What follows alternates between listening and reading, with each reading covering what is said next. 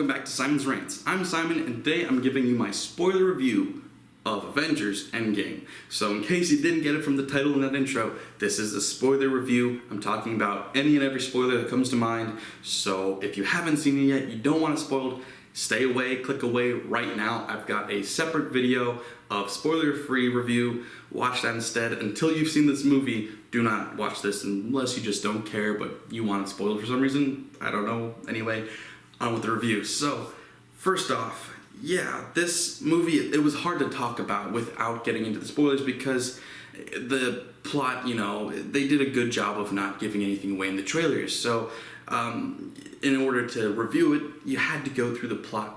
And this plot, to me, the best word I can come up with for it was adequate. It did enough. It didn't do anything above my expectations, though. It didn't blow me away in any way. And honestly, it didn't really surprise me either. They didn't do everything exactly the way I expected to, and some of that will be in disappointing things I talk about later, actually.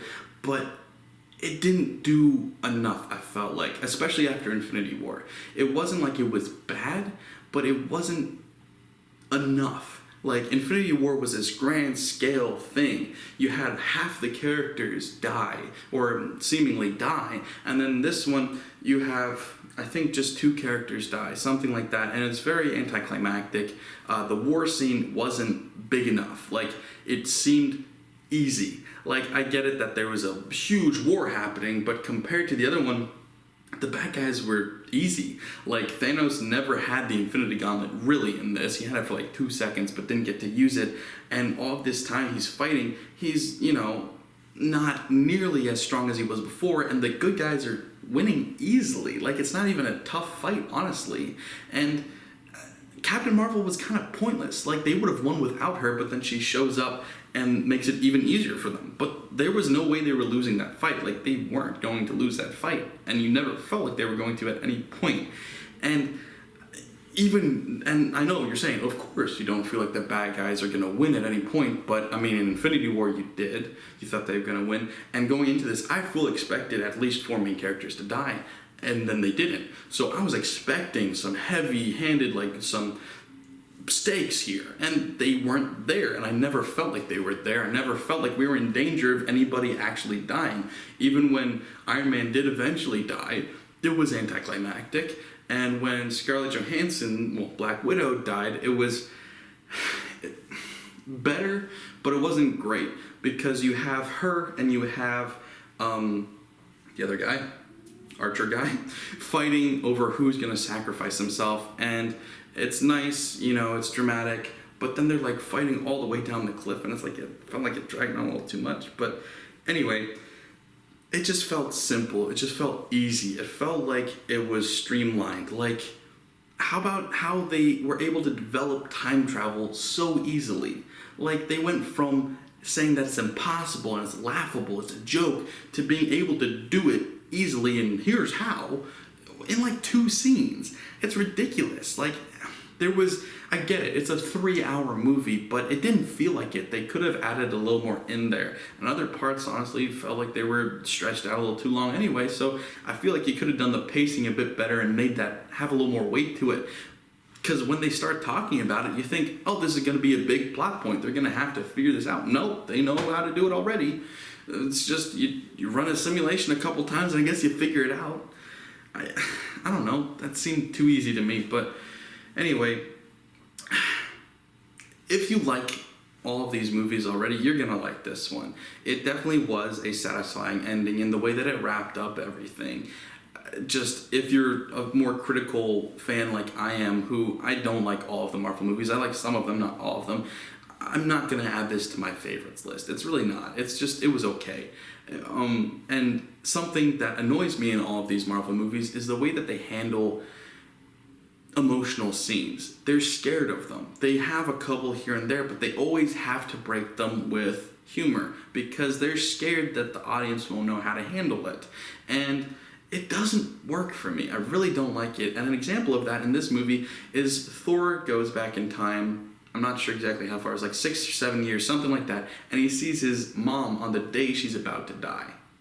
And he has a panic attack. But it's not a legit panic attack. It's done for comedy. And then Rocket Raccoon slaps in the face and says, "Get over it." And it's like, it's done for laughs, and it's like, this should have been sincere, this should have been like heart-wrenching, but I mean, they do have a conversation and it's more serious, but like they keep cutting in these jokes, and it's like, it's frustrating when you want this big, emotional, powerful moment that it could have been, that it should have been, and you just get this little 2-cent comedy bit out of it. It's frustrating. In fact, Thor's whole character in this was that. They reduced him to this fat, overweight, lazy drunkard guy. And I mean, they've been reducing his character to that all along, ever since Thor Ragnarok. They've been making him more funny than actually anything else. And it's a shame, because it's not funny, and you did it all for a fat joke. Like, come on, like, not to be like, oh, it's 2019, but it is 2019. Are we still making fat jokes? Like, get over it. Like, it's not funny, and I feel like the only reason they did it other than that was so that he'd be weaker, so that Thanos would have a chance, because if he wasn't, Thor could have just beat him, swept the floor with him easily. But then again, in superhero movies, they change how powerful characters are all the time. Might as well just do that now anyway. They kind of did already. Thanos was more powerful in this than I feel like he should have been without the Infinity Gauntlet, but regardless. So, yeah. The thing with these movies is you just can't think about them in order to enjoy them. And I have a hard time not thinking about them, especially when Infinity War wasn't a perfect movie, but it was handled definitely better than this. And so I'm coming out of it with all these questions that I shouldn't have to ask. Like, how did they come up with time travel so easily? And why did Chris Evans decide to get old instead of helping save people for the rest of his life? Is Captain America just a dick? He doesn't care about people? He doesn't mind letting all of them die? He saved the universe, okay? He saved the world. Awesome. Everybody. He's not obligated to do anymore.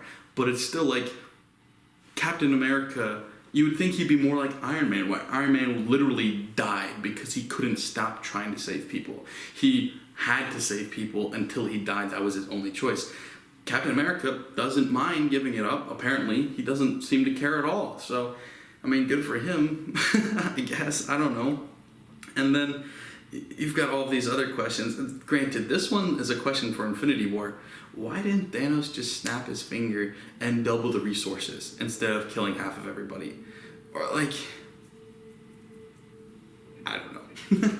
But, so, yeah, overall, there's still a lot of good stuff. There's a lot of good action sequences in there. The acting is still good. You've still got these same great characters. And the humor, when it's appropriate, is good. You've got a lot of good humor. There's this point in time where Captain America runs into the Captain America in the past. And Captain America in the past reaction is, oh, it's Loki. Because, I mean, what else would you think? And that scene, I thought, was done really well. Like, I liked how that panned out. I also liked the way that they explained how time travel worked in a lot of ways. Like, you can't change things in the past that will directly affect the future, because then you won't go back into the past to change it. And that actually makes sense. The problem is they went and did it anyway. They're like, oh, you can't interact with yourself. You can't change things so that will directly affect the future, or then you won't go back. And here we are changing everything. It's like we're moving the Infinity Stones all around, and we're interacting with our past selves, and we're stealing this liquid thing that helps us with time traveling for some reason. And yeah, just making stuff disappear and stealing. Yeah, this all affected so much, and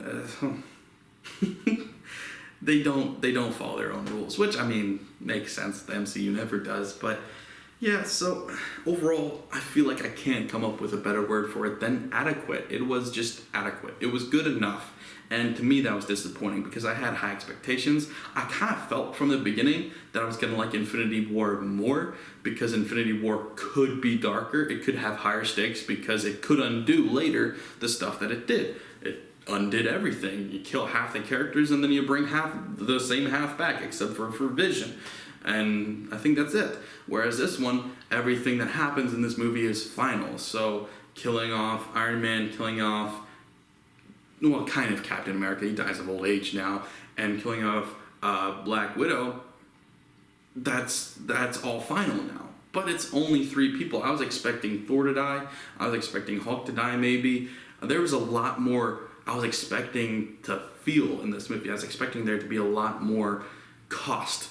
And honestly, like, I just keep going back to it, just felt like the good guys won real easy. Like, I never felt in danger of the bad guys winning at all. And like I said before, Infinity War made you feel that way, which was really good for a superhero movie. It's rare that you feel like the bad guys are going to win in a movie because you go, of course the good guys are winning. And in this, it didn't really ever feel that way. And granted, part of my experience of this movie was ruined by the crowd I saw it with, because they were obnoxious. They're cheering at everything, and you know, that's annoying when they're cheering at everything, but they also cheered at the wrong things. So like, they cheered at the funeral scene. Don't know why. And then they cheered, and there, you know, you've got the whole war happening with all of these wizard portals opening up and the people coming through, and so they're cheering, oh, Black Panther, whoever, cheering, and then Ant-Man stands up huge, and everybody goes, yeah! I'm like, Ant-Man was already here. Why are we cheering for that? There's no reason to cheer for that. But regardless, yeah, it's in the same vein as all the other MCU movies. So if you already like those, you'll like this, and if you're like me, where you're on the fence, you only like some, I don't really like others, go ahead and watch it, I guess, if you're going to want to finish off the series, but you won't be impressed. It's nothing special. It's just another standard MCU movie. It's not at the top. It's somewhere in the middle. Yeah, it's not as good as Infinity War or anything, but it's definitely passable. It's not like I was like, oh, can't wait for this to be over. I was definitely entertained. There was entertaining moments throughout. It just didn't feel like a solid movie throughout. It was just moments sprinkled out. So yeah, hope you guys enjoyed this review. I hope it's helpful. I hope that you don't get too mad at me. Please. And yeah, thanks for watching, guys.